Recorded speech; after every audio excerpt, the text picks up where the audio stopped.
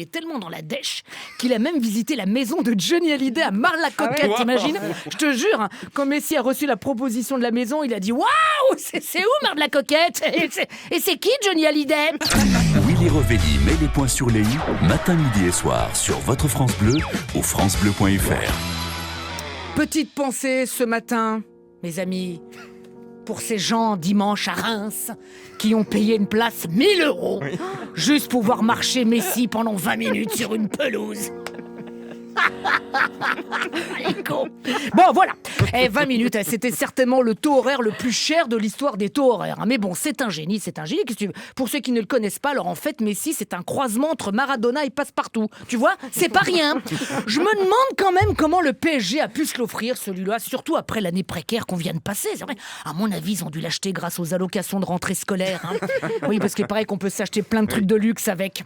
Non, mais 40 millions par an qu'il va prendre quand même le Messi. Lui, il marche pas sur l'eau, il roule sur l'or. 40 millions, t'as vu, c'est incroyable. C'est pile ce qu'a pris aussi Olivier Véran cette année. Mais lui, c'est en insulte. Mais bon, 40 millions ou pas, pour le moment, Lionel Messi n'a pas encore trouvé de logement à Paris. C'est la crise. C'est pas simple de se loger dans la capitale. Il est tellement dans la dèche qu'il a même visité la maison de Johnny Hallyday à Marne-la-Coquette, t'imagines? Je te jure, quand Messi a reçu la proposition de la maison, il a dit « Waouh, c'est où Marne-la-Coquette? Et c'est qui Johnny Hallyday ?» Après, bon, vu sa petite taille, s'il veut vraiment habiter une maison de vedette, il y a la maison de Barbie.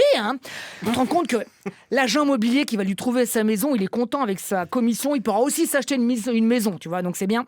Non, mais après, Barcelone, ça va lui faire tout drôle de vivre à Paris, le Messi, c'est vrai. Mais bon, l'avantage, c'est que quand il se baladera dans les rues de la capitale, il pourra continuer à s'entraîner en dribblant les rats et en frappant dans les sacs poubelles tout renversés, voilà.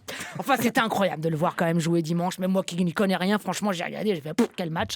En revanche, depuis le passage aux 30 km/h, Mbappé va se faire flasher sans arrêt.